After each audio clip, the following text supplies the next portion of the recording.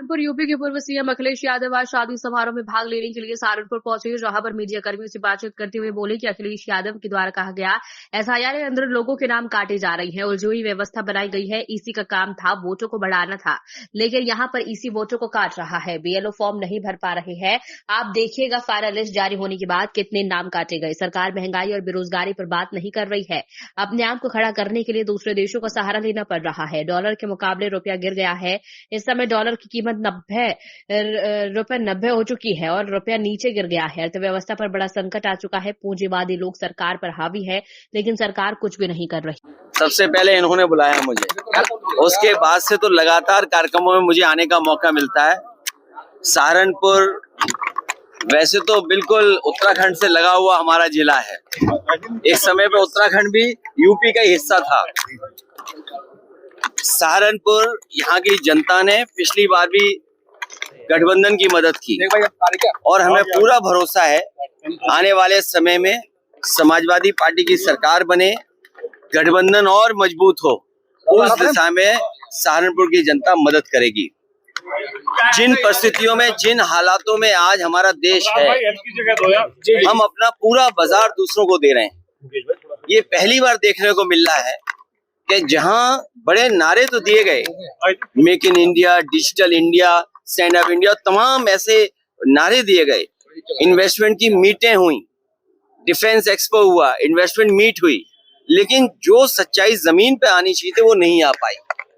और उसका परिणाम ये है कि जहां महंगाई बढ़ रही है, महंगाई लगातार बढ़ती चली जा रही है, नौकरी रोजगार है नहीं, और हमें दुनिया में अपने आप को खड़ा करने के लिए दूसरे देशों का सहारा लेना पड़ रहा है।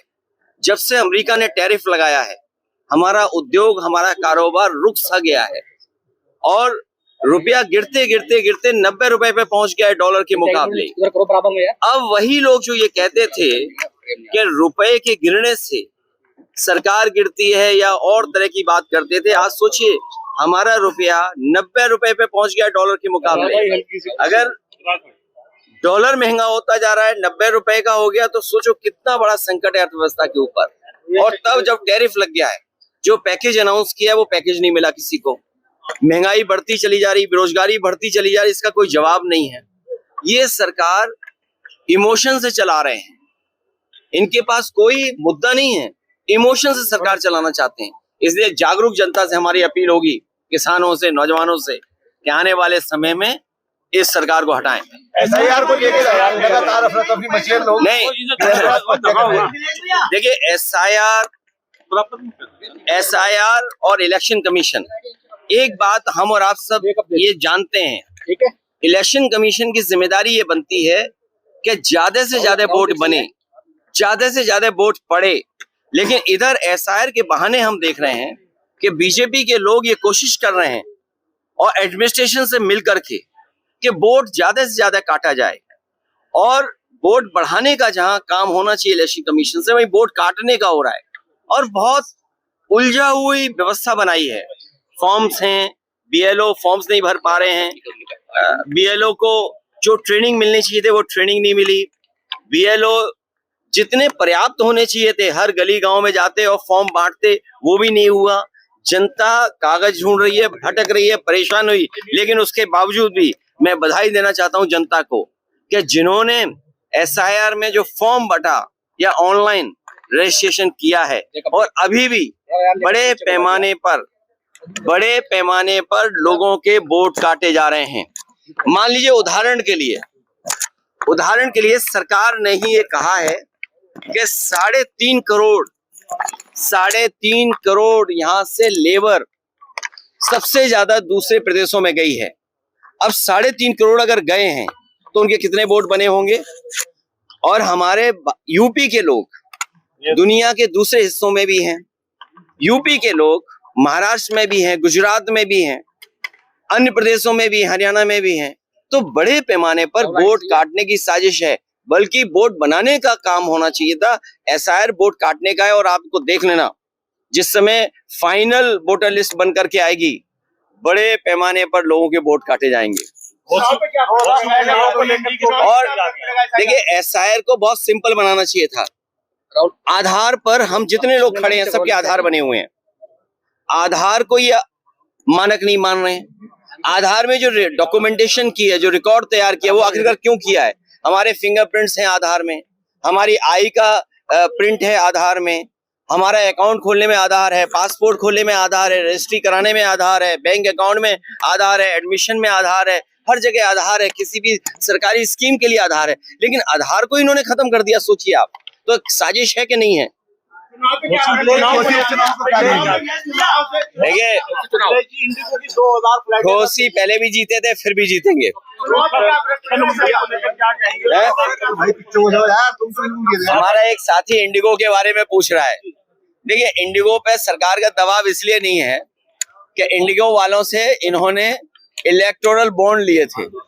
अगर आप इलेक्टोरल बॉन्ड ले लोगे, जैसे कभी कभी हम लोग मजाक में आप लोगों को भी छेड़ते हैं, कह देते हैं कि जिसका दाना उसका गाना, तो अगर आप इलेक्टोरल बॉन्ड ले लेंगे और जो उन्हें तैयारी करनी चाहिए थी पर्याप्त समय मिला, यही एक एग्जाम्पल है जो कैपिटलिस्ट हावी होने हैं सरकार पर। ये एक पहला उदाहरण मिला है कि पूंजीवादी लोग सरकार पर हावी हैं और सरकार पे रास्ता ही नहीं है। सरकार रास्ता क्या निकाल रही है? कफ सिरप को लेके कहूंगा कि ये बीजेपी की सरकार में जो कफ सिरप बट रहा है वो आप लोग खांसी हो तो मत लेना। और इनका बुलडोजर तो हमेशा तैयार रहता है। सहारनपुर में ही बुलडोजर चला कि नहीं चला कहीं? अच्छा, बच गया यहाँ पर। जो बुलडोजर से डराते थे, ये कफ सिरप में क्यों डर गए? ये क्या कारण है कि इतने खुला सब कुछ जानकारी है, उसके बावजूद भी बुलडोजर नहीं चल रहा है? तो इसका मतलब ये हुआ कि सरकार की जो स्कीम है, वन डिस्ट्रिक्ट वन माफिया, और मजबूती से चल रही है। जो आरोपी हैं उनकी फोटो, जो राजनेता हैं उनके साथ, देखिए, सवाल फोटो का नहीं, सवाल फोटो के साथ साथ गाड़ियां किसके पास हैं। आजकल तो पुलिस एक दिन में 24 घंटे में सीडीआर निकलवा लेती है। सीडीआर कहाँ है? और फिर जो मुख्य आरोपी है वो खुद कह रहा है हमें बचाओ, हमें न्याय दो, तो सरकार न्याय क्यों नहीं दे रही है? नेशनल सवाल है आपसे। देखिए, ये एसआईआर, इसीलिए मैंने कहा कि एसआईआर इसलिए होना चाहिए कि वोट बने। इलेक्शन कमीशन की जिम्मेदारी बनती है कि कोई वोट न छूटे, लेकिन ये एक्सरसाइज अलग हो रही है जिसमें वोट काटने की एक्सरसाइज बड़ी हो रही है। समाजवादी लोग लगातार वोट बनवा रहे हैं और बड़े पैमाने पे वोट बनाने की कोशिश करेंगे।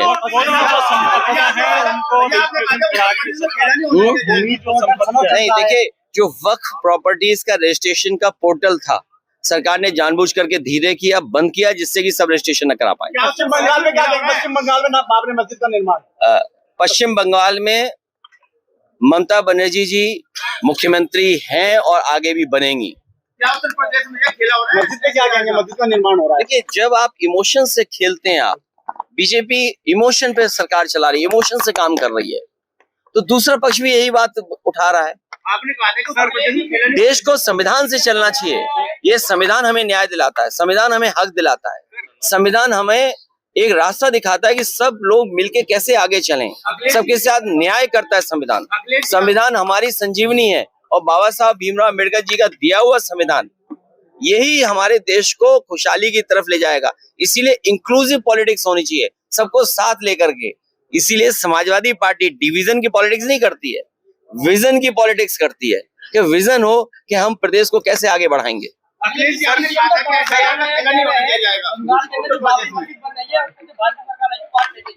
कौन कह रहा है ये? पहले अपने किसी की कुर्सी उखाड़ के फेंक के दिखाओ। जो कोई कुर्सी किसी की उखाड़ नहीं फेंक पा रहा है, यार बात समझ गए होगे आप लोग?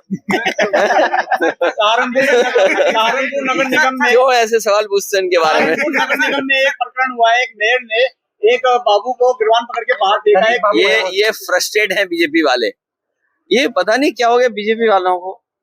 जब से महंगाई का सवाल पूछो उनसे या सफाई का पूछो, अभी सेस को लेकर के लोकसभा में बहस हो रही थी।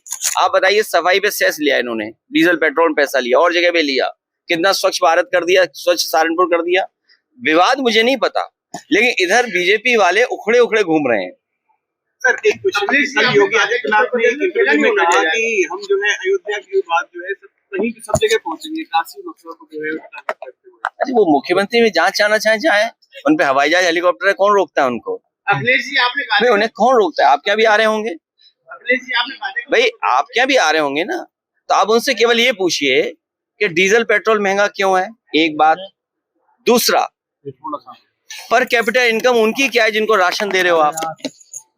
तीसरा, ये सही है कि भारत माँ से हम सब लोग प्यार करते हैं, कोई ऐसा व्यक्ति नहीं जो भारत माँ से प्यार न करता हो। हमारे भारत की जमीन का क्षेत्रफल क्या है भाई? भारत की जमीन का क्षेत्रफल तो हमें जानना चाहिए ना।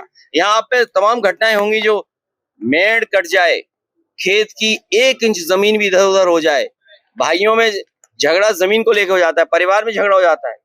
और बताओ, भारत की जमीन और भारत का क्षेत्रफल बीजेपी वाले नहीं बता पा रहे। क्यों नहीं बता पा रहे? क्योंकि 2014 के बाद और आज तक भारत का क्षेत्रफल कम हुआ है।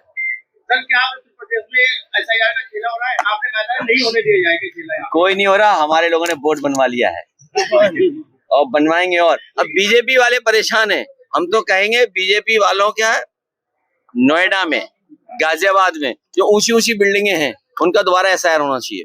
सर यहाँ पे जो है ना 31 येलो साइड येलो एक विशेष रूप से हटा दिए गए, ये कारण क्या है? वो विशेष रूप से इसलिए क्या कारण नशा उपलब्ध की बात हटा दिए गए तो आराम करें, नहीं तो कई बीएलओ की जान चली गई। और ये सरकार तो जाति के आधार पर फैसला लेती है, धर्म के आधार पर फैसला लेती है। भैया मनोज तिवारी ने कहा है कि दोनों